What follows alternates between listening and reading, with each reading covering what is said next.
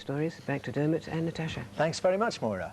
Now, a quick taste of what's coming up in the last half an hour of the programme. J.M. Barrie's timeless tale of childhood and adventure, Peter Pan, is given the blockbuster treatment. We'll be joined by Brian Turner and Dr. Rosemary Leonard, who will be giving us some very sound advice on how to enjoy a spectacular Christmas feast without fouling it up.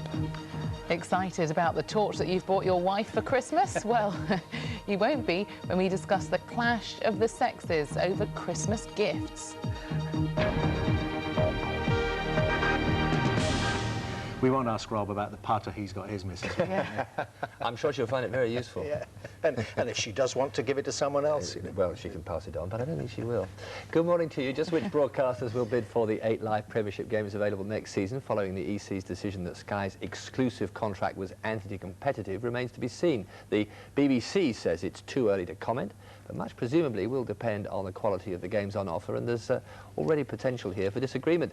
European Commission spokeswoman has described them as top-end Premiership games, high-quality matches that terrestrial customers would want to watch. But the Sun newspaper, which of course like Sky is owned by Rupert Murdoch, writes this morning that it seems she was wrongly informed.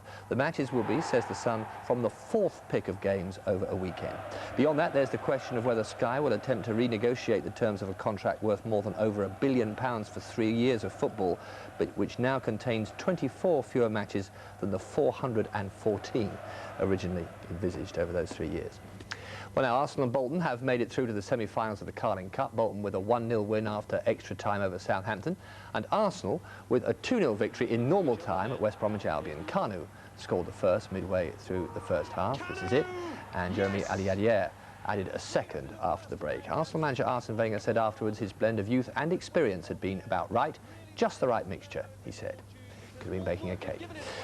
On now to Fulham's 2-year tenancy at QPR's Loftus Road ground, which will end this season. The club is returning to Craven Cottage as an interim measure, now that the local council has granted permission for a £5.5 million redevelopment to bring the stadium up to Premiership standards. But the long-term search for a new site will continue.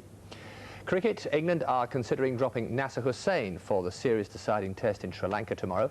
Humid conditions and extra bounce in the Colombo pitch mean the tourists may well drop the former captain in favour of an extra bowler. Paul Collingwood is regarded as the man most likely to beat Hussain to his place. And Open Golf champion Ben Curtis has announced that he'll be playing on the European Tour next season. The 26-year-old American took his decision jointly with his wife. He'll divide his schedule between the European and US PGA Tours, and he'll be very welcome at my club as long as he buys a round in the bar afterwards. That'll be the next thing. Pretty likely to get a hole in one, isn't he, and have to buy that round for Not on the more likely than you. Not on the very tricky 4th, I can tell you. I see. You must take me around there sometime, Rob. Thanks very much. If you're looking for